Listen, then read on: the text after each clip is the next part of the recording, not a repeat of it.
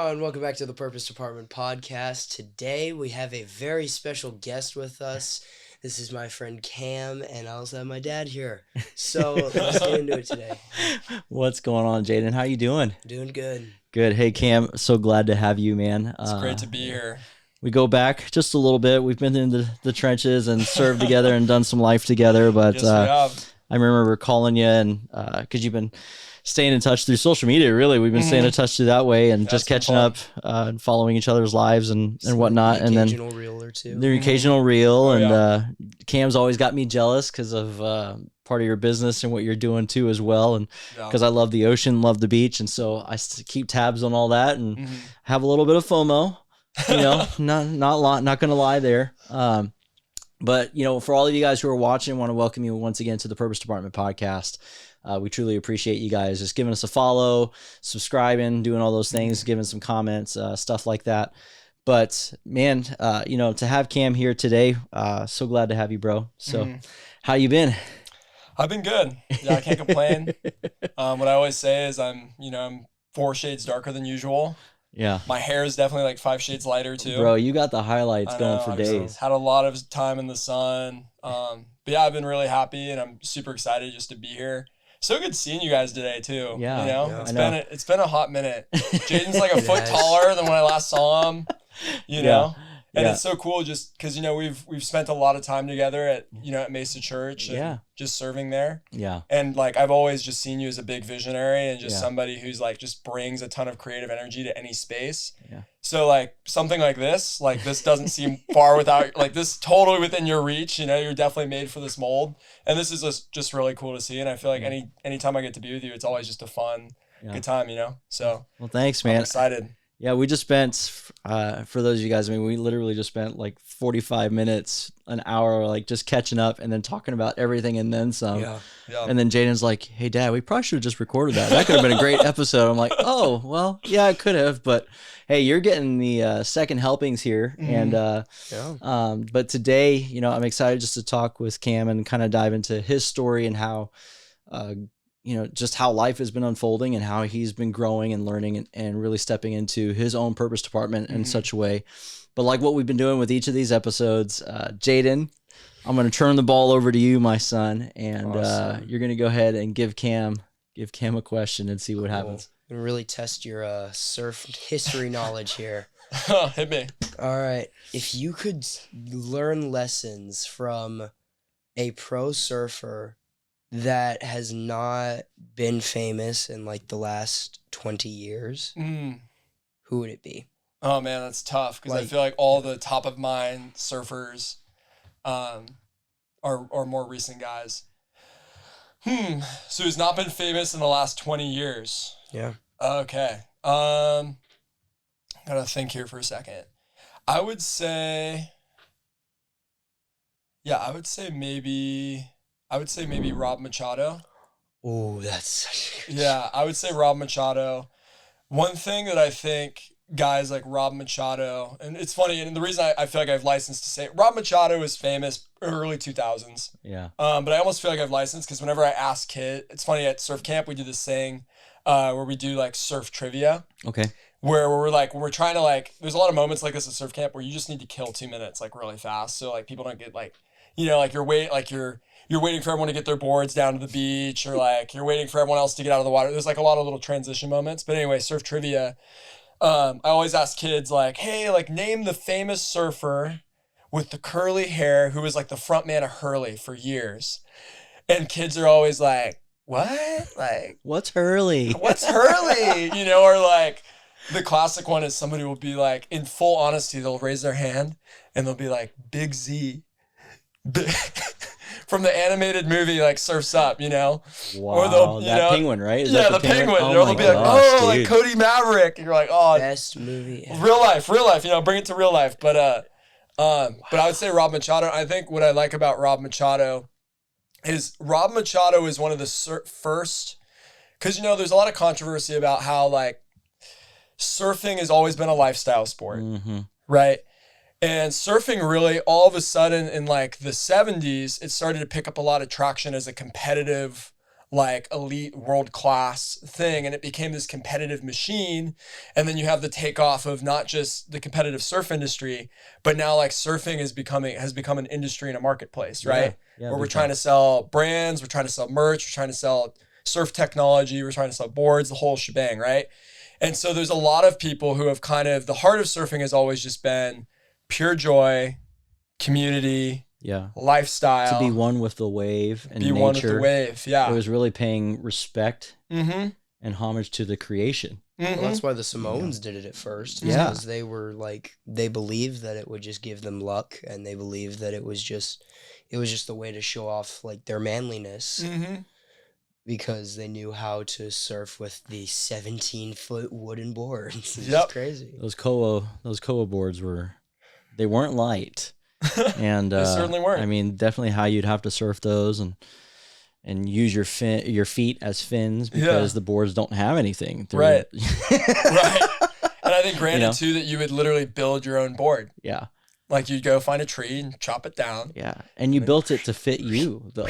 Yeah. I love the connections on that though, because when they built those boards, they picked the tree and they didn't just pick anything, right? But it had to have a connection. You know, there had to be something spiritual to it in a lot of ways, and then they carved it for them to fit them, and it told a story about them. I think there's so much beauty in that type of stuff when you really 100%. Look back into the story of all of that. So yeah, it doesn't happen anymore because just surfing's just been commercialized. It's like a thing. It's like, hey, come look cool in front of people. Yeah. But instead, it's like you need to just get out there and just enjoy the water. 100%. I think Rob Machado, part of the reason I like to highlight him is he was a frontman of a major company. You know, is now $1 billion company. But his whole thing was always the mantra of like, it's a lifestyle. I mean, what screams that like his long curly hair, right? And what was cool is like, he was he was the front man of Hurley, but a lot of the times he would ride these little retro boards. Yeah. Like little fishtail kind of stuff that you typically wouldn't see in a high performance surf competition. Yeah. And so I look at that and I'm like, okay, that's what I'm about. That's like the surf camp I run and operate. Like, that's what we're all about there. And I think the guy who's really, there's a number of names who've kind of passed the torch, but I look at the guy who's doing it now is Jamie O'Brien, someone who's had a lot of success in the competitive surf world, but now he's kind of turned a corner and been like, honestly, like, I just want to have fun. Yeah. You know? Get back to the why behind all of it. Yeah. Like, let's just build culture. Let's build community. Like, as he says, stay psyched, right? Like, let's just have fun, right? But I would say that'd be my answer to that question, Rob Machado. Yeah. Awesome. That's cool. Speaking about surfing, the greatest surfing photograph that I've seen was like taken a few days ago. You showed it to me yesterday. Yeah, because he missed it because this guy has been in Kona for past almost 2 weeks. That's right. Yeah, almost 2 weeks. And so cool. Just picked him up yesterday from LAX. I don't love LAX. But yeah, I showed him that. I was like, oh, you've missed this photo. Amazing. He's like, no, that's photoshopped. And it's the one of Gabriel Medina after he scores the 9.9. Oh, yeah. Is that the Pipe Pro? Yeah, in Tahiti for the Olympics. And he's coming up, just finishes this gnarly barrel. Like, the rail grab, all of it was freaking amazing. And then he's coming up on the back end. Yeah. And then, they're finishing up because the wave is closing out. The channels, the sets, everything's just getting done. And so he's flying off the back end of the wave. And then he's just giving I don't remember what the symbol that he was giving. This. Yeah, but he's just doing that. And literally, he's just straight up in the air like this. And then all of a sudden, his board comes off the wave and it's doing the same exact. And the photographer catches it. I mean, gotta be one of the best photos ever. Photo up on yeah, screen. we'll put it up. But it was one of those. Yeah, that was just, it was perfect. Yeah. Like I even looked at it and I was like, what? And then everybody's commenting and it was just cool. So as a creative and person who loves the ocean, loves surfing and the waves, different things like that, it was just kind of one of those, you got to respect that one. Yeah. And to even just be there, like I got to see the highlight of the clip and I was like, wow, you just felt the magic of it. Yeah. So rad. So, so cool. Yeah. No. Yeah. They have the picture of him doing the. Yeah. Oh, okay. Yeah. We'll have to show it to you after. It's so epic. But so good. So, dude, with Cam, like, I mean, we can talk about surfing stuff all day. 100%. I mean, what have you got going on now, man? What's life been looking like? I mean, so you and I, we go a little bit back. We've played music together, helped lead congregations and churches and worship, and then we've done some other different things and just hung out. But like, what's been going on for you, man? Yeah, for sure. I think trying to think. Yeah, I think the last time we connected actually was about my dad's company, the Age Lab. Okay. Connected over that stuff. And so with me, I graduated with my bachelor's from UC Irvine in 2022. And then, I always kind of had this idea of, I feel like I got kind of this inspiration towards the end of my bachelor's where I was like, I need to do, because my dad has a company and it's, it's pretty small, right? It's small. It's based out of Fashion Island. I really love the work they're doing. Basically my dad's generated a really sweet healing technology, and he's been able to help tons of athletes and chronic pain sufferers avoid surgery. And I kind of felt just an inspiration to work with him. I did that, kind of was doing business project management type work for about 6 months. But I think for me, like I've always, since getting out of high school and even before then, my life's always been I've always pushed a lot, probably similar to you. I've always grinded. I've always been really like busy.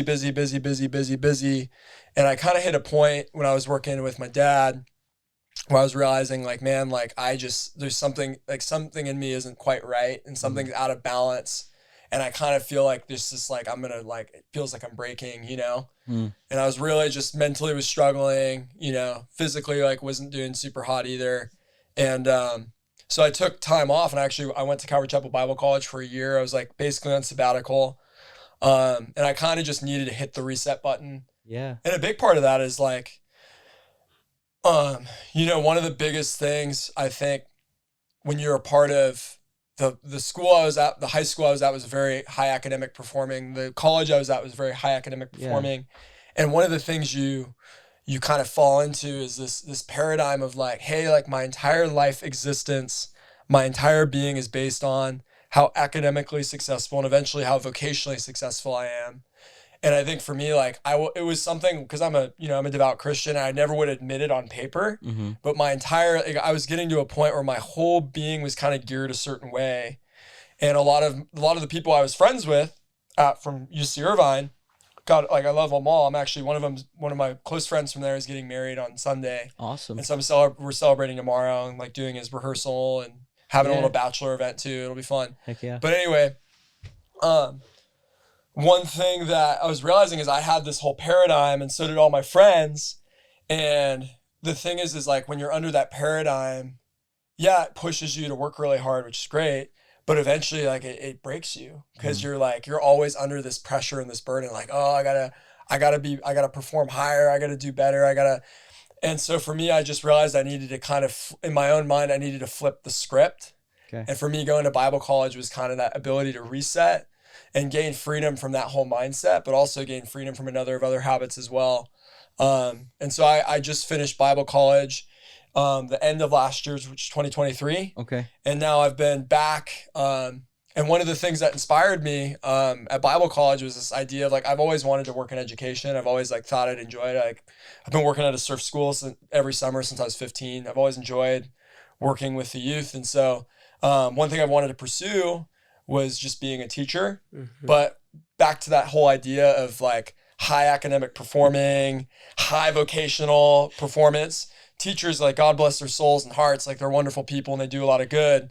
But part of that whole paradigm is like, oh, like you don't want to teach, like they don't make enough money. Like that's not like a high status enough job, right? And so a lot of people I went to school with in high school are now like lawyers, doctors, engineers, right?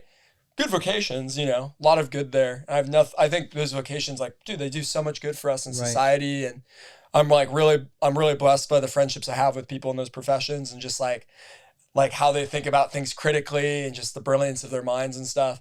But for me, like I've always felt a calling to work with people and like be in education.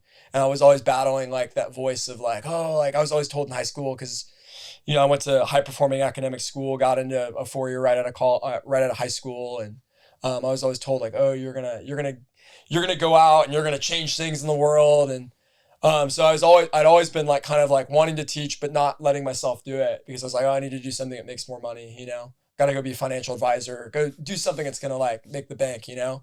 And, but one of the things at Bible college is I was able to flip the switch. I was able to really just embrace the idea that like, hey, I'm a child of God, and God's given me gifts. And like the best thing I can do in life is just recognize the gifts God's given me, and kind of like what you guys are doing here, like just run out and just like, and do what I'm made to do what I'm called to do.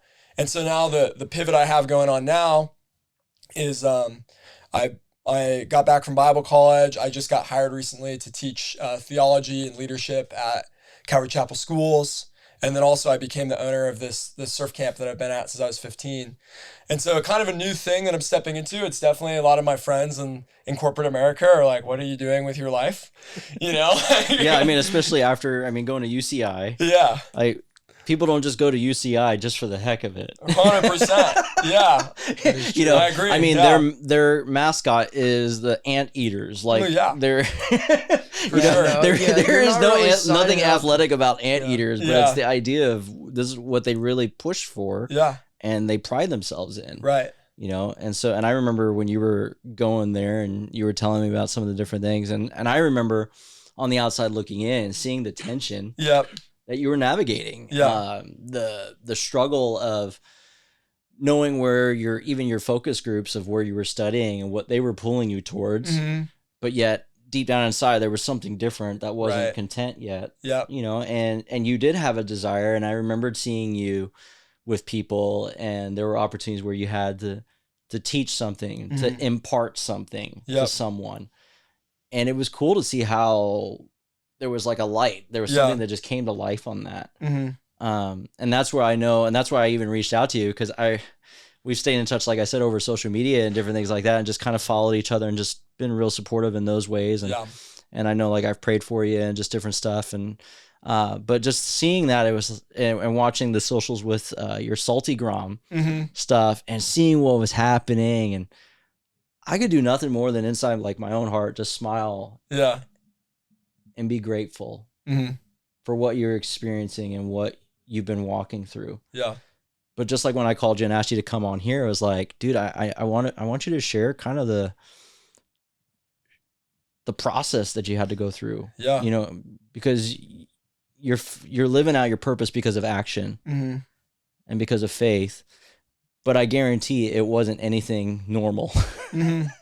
100%. Can you describe that? Like to make that shift, to kind of step out into that and fight those tensions that you had? Yeah, for sure. You know, I have a mentor, and he says a lot of things, but like whenever he says something, it really sticks. And he said this to me 10 years ago, and it stuck with me. He said, the hardest thing to believe in is what you believe in. Right. Dang. And it's like, you just kind of sit with that. You're like, what does that even mean? Wait a minute. So it's the hardest thing to believe in is what you... Dang. Is what you believe in, right? The hardest thing to believe in is what you believe in. And I think for me, what that looks like is, as I said earlier, devout Christian, Yeah. right? There's a certain paradigm that I carry. Like, I'm a child of God, that like the best eternal life is found in just knowing who God is, right? And knowing who you are in light of who God is, right? And so for me, like, I've always had these values, always known these things, and practically knowing that like, hey, like real life is really, it's not about what I gain for myself. It's really about how I impart benefit, value, love, kindness to other people, right? And for me, like, that's always what I'd say on paper. That's what I believe. But this idea of the hardest thing to believe in is what you believe in, is this idea that, you know, I might say I believe this, but am I willing to put my money on this? Am I willing to invest my life? Am I willing to risk my time and my life and courageously follow this and courageously live by this? Yeah. And for me, when I look at the first, you know, my first 5 to 7 years of adulthood, I can say that no, like I wasn't really believing in what I believed in. Right. I would say, like, this is what I stand for. This is what I live for. But my life if you would have looked at my life, you would have seen something completely different. Right. You would have seen a lot more of what I talked about earlier of, hey, academic success, vocational success, being performance, right? More or less, like being what drives me. And so I think for me, it was really getting down to the bottom of that and recognizing those two different beliefs that I have, those two different values I was living for. And I think once I was able to do that and not just like kind of like check a box, but more so really sit with it and just like challenge the thoughts that I was having, challenge the feelings I was having. And this is where it's critical, is like not just challenging them, but really aligning them to the word of God, you know? And like, is this true? Like, let's look at the word of God. Let's see what it says. Right. Yeah. So I think that's for me, like at Bible college, that's really where it sunk in. And honestly, I attribute it all to, I think, just the faithfulness of God in my own life and him, like, he's always guiding me. He's always been with me. He's always for me. I'm his son, you know, and he doesn't just let me go. And so I think he's been so faithful just to kind of help me get back to true north and to really live what I'm supposed to be, to walk and live how I'm supposed to be walking and living. So I think having gone through like those, what I would classify as crucible moments, those crushings, the searching. Yeah. I always find out that if you can really wait it out and through the grace of God and dependence upon him, when you come out on the other side of that, there is something really unique and special about what you actually do believe once you hit that other side. Because there is something like, you can look back at it and say, man, I wouldn't trade what I know now in for the world. Yeah. Like who I've become in that process. Yeah. You don't know anything different. Right. You know? Yeah. In all of these things and what you value and what you've seen, what has become so precious and so important to you now? Like having walked through what you've walked through. And yeah, I think just practically, I think relationships has been big. Just learning how to like, hey, the people who are in my life, like really valuing them and not just like kind of valuing them from a distance, but proactively like engaging. I mean, part of the reason we're even here today, you know, like we walked through a season of life and I was like, oh, these people are like, these are good people, you know? And this is really where like, this is the meat of life right here, you know, just being with others and just being able to encourage one another. And so I'd say relationships is a big one.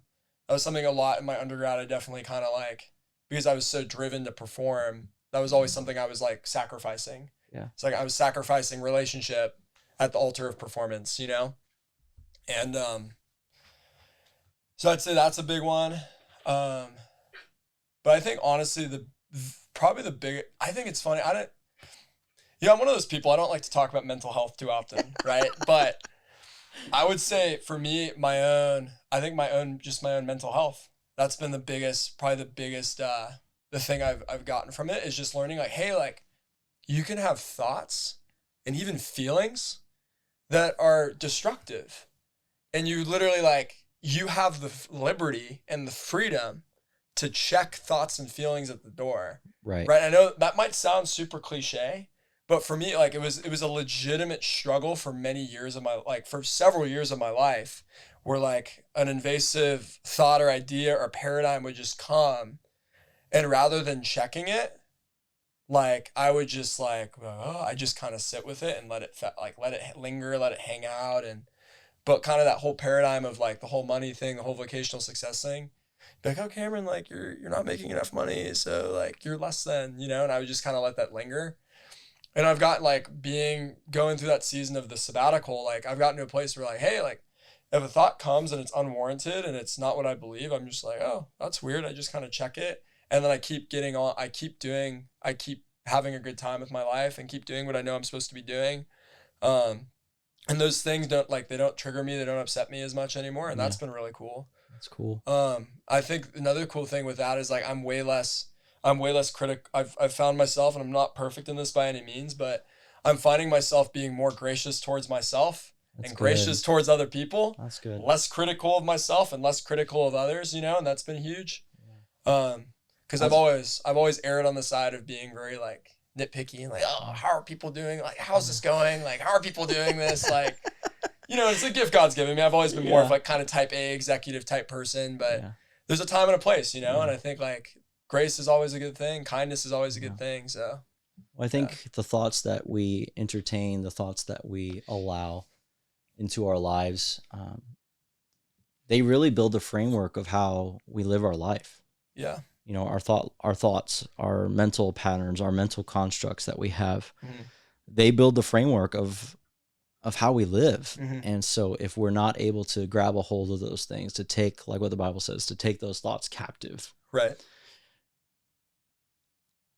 Just have to remember, like, thoughts are just thoughts. Yeah. You know, I've had negative thoughts. I've been critical. I've had unbelief. I've had angry, like hateful thoughts. Yeah. But just because I've had them, they don't make me who I am. Yeah. But it's how I've responded and what I've actually done with those thoughts. Did I entertain them and say, oh man, that one feels really good. Heck yeah. Yeah. Or what the heck? Like, get that out of here.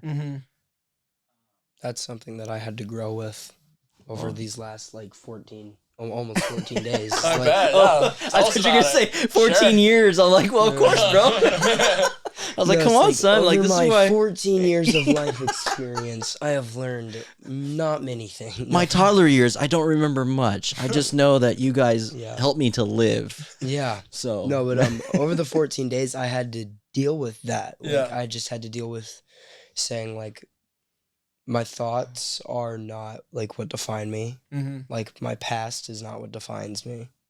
It's what God thinks of me is what defines me. It's like, it's what I do whenever I feel called to do something, and it's what I do whenever I am tempted or whenever I am like just given thoughts of evil. Yeah. It's like, what do I do with those thoughts, and how am I going to rebuke it, or how am I going to like get that out of my system? I had to grow with that over 10 days, and that was just like a really powerful experience because I was struggling with that for like the past 3 years. It was just kind of crazy how, it's kind of crazy how it came up. Dude, it's crazy to have that mindset and get freedom with that. Like in your early teen years, that's like, most people don't even touch that till they like turn, like till they're in their 20s.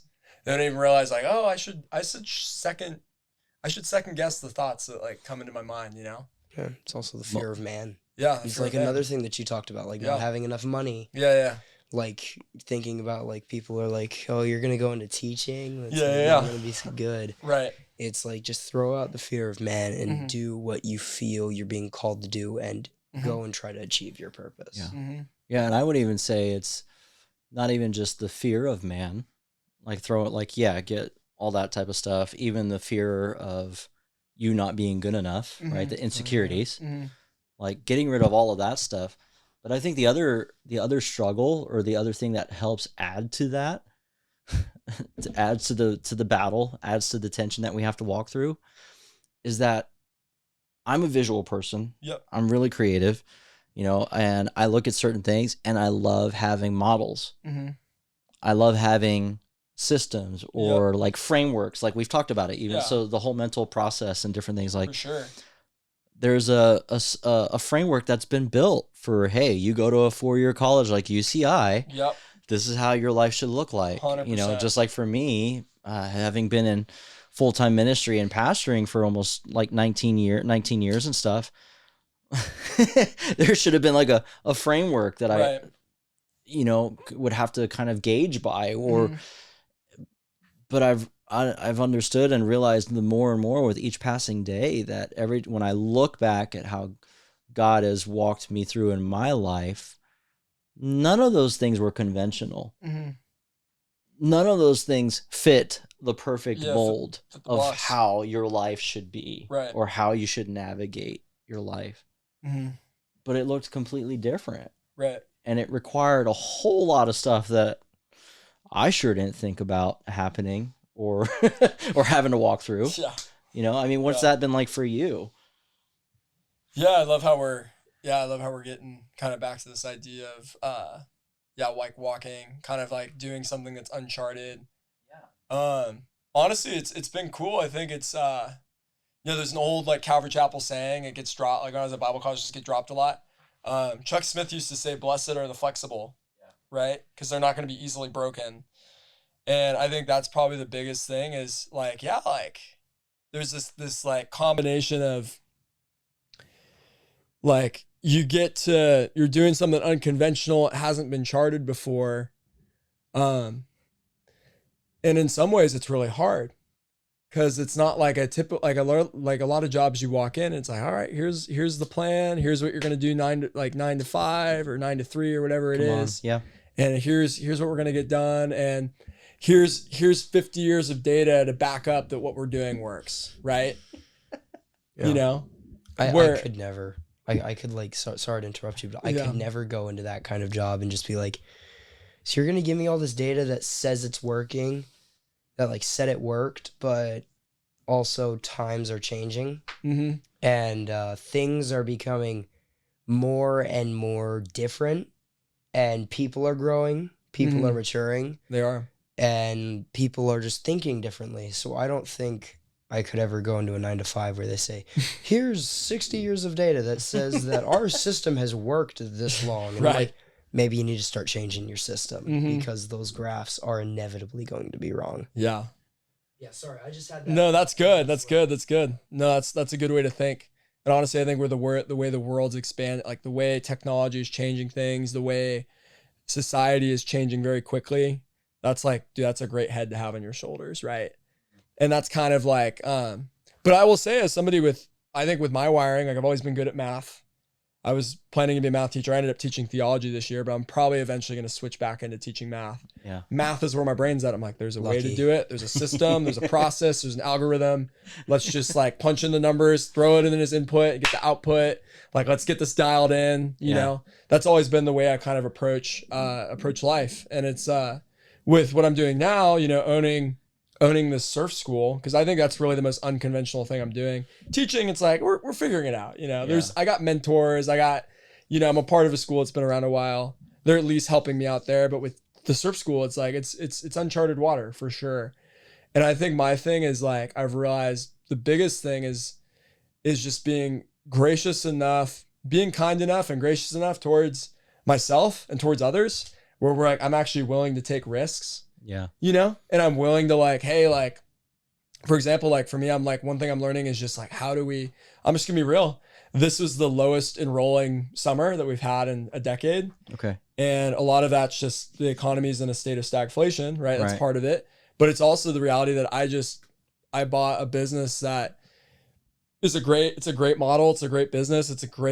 Does a lot of benefit for the community, but we've done very little to maintain it. And there's a saying that your business is either growing or it's dying. Mm-hmm. And I came on board and I'm realizing, the last 3 years, if I hate to say it, but the numbers show it, the culture shows it, this business has been dying the last 3 years. Right. And, cause there's a lot of things in the background that we should be doing that we haven't been doing. Yeah. Like our life as a business, we run during the summer season. And just so you guys have an idea, the extent of what we've done outside of running the camps itself has been, in March, we drop an Instagram post. Registration is open. Registration fills up. We do the camps. At the end of the summer, we drop a little email. Thanks for surfing with us. We'll see you next year. And that's been it, right? No next additional year, the Salty outreach, Grom will still be salty. which is cool. But what eventually happens is cohorts graduate.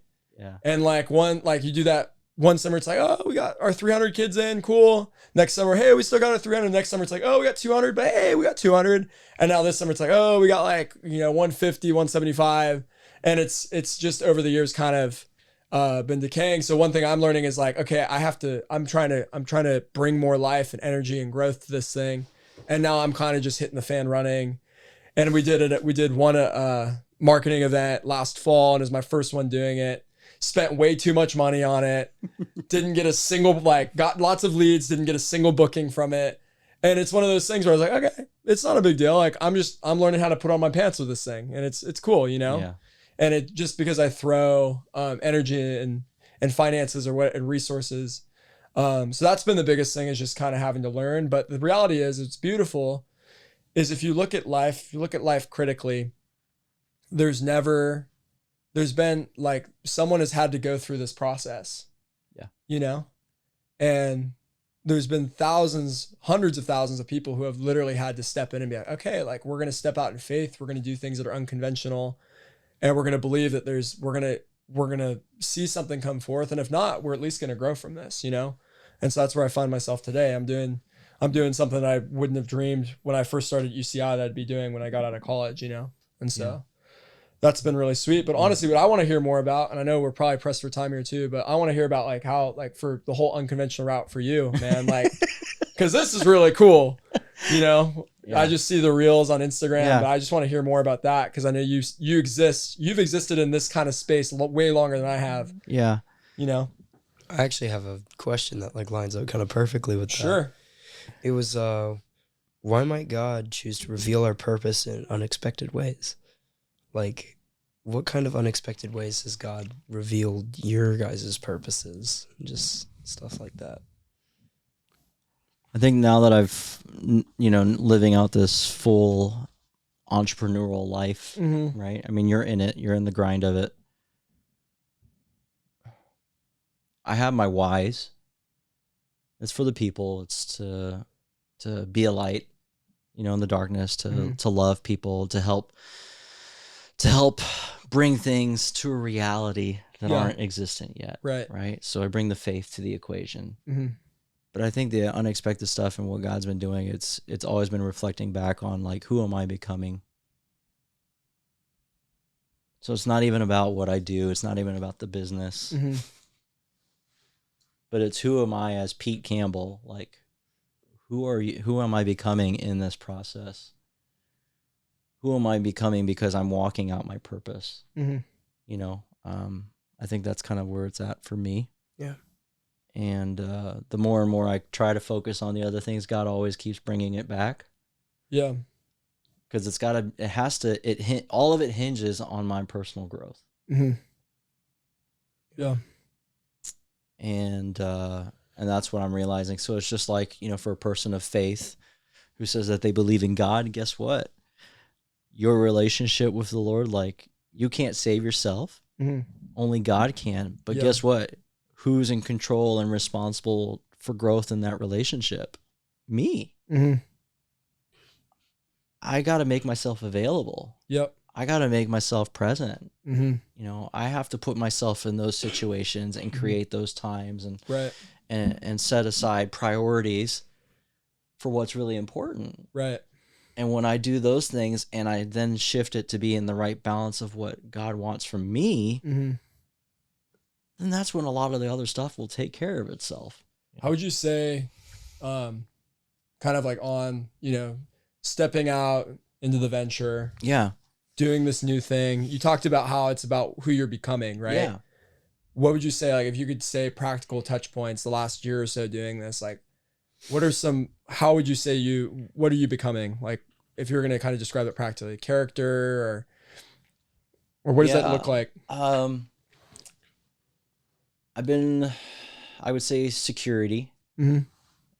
Haven't had the financial security, but the security of who I am. Why I'm doing things for, not for anybody else, but really for me, for who God sees in me. So those types of things. I think the other things that have really stepped out for me too in this whole process is I've had to fight to find ways to be curious. I've had to fight to find ways to be a risk taker. Because it's in those times, like, that's when you see growth happen. Right. When you step out and do a different venture. Sure. When you realize, I don't want to be stagnant either. And there have been certain, like, we've spent some time as a business, and even as a business owner, I've been trying to find like our niche, because when you find your niche, like, then that's when all this stuff like should really. And we've had moments. We've had a lot of ups and downs. We've got some niche fields where we've got some good clients, and I'd love to grow those so that it allows me to continue to be a risk taker. It allows me to continue to be curious and creative. I've definitely got to fight for a lot of those things, and with each and every single passing day, making the most of the moments, because there are a lot of ups and downs if I stay focused on the details. Mm-hmm. And if I stay focused on what we don't have, right, rather than what we do have. Mm-hmm. And it's not even about what is it that I have. Yeah. But I've begun to even switch that question even more and more and more with each day. It's like, what is it that I'm learning? That's solid. Because knowledge is power. Yeah. You know, and that's where I'm like, it's really becoming more and more of a reality for me. One thing I've been really, because I'm kind of in a similar space, right? Mm-hmm.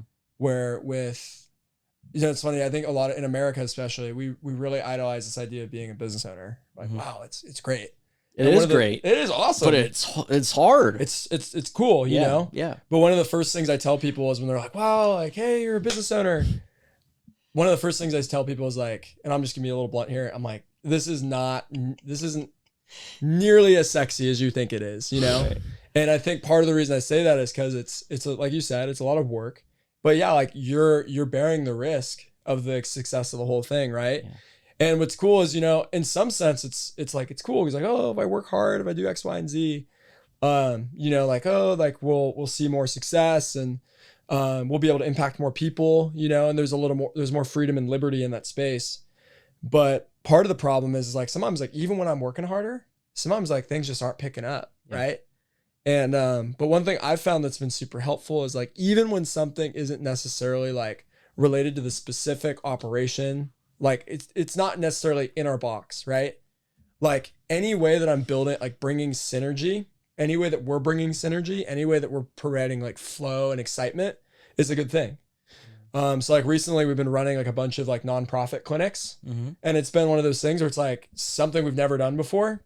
It's hitting it's hitting a demographic of people we've never really never crossed paths with before. But it's cool because it brings excitement and it brings synergy. And it's helped like kind of keep the business flowing and keep the culture going smooth. Would you say it's like this? Would you say that principle applies to what you're doing too? Yeah, it has to, because ultimately, like focusing on the systems and the pragmatics of how you get money or how you you get clients or how you reach people. Like, yeah, that stuff is great. But for those things that are really growing and that are thriving, they're not built solely on that alone. There has to be something that trumps all of it. Agreed. And the thing that trumps all of that is culture. The thing that trumps all of that is vision. It's the why. Yep. And understanding, right? It's like, so for us as a creative agency, and then even for me, like, you know, as a speaker and different things like that, I have to come into situations and into places and into atmospheres and determine what are the problems. What am I here? How can I help solve it? Or how can I help point to a solution? Right.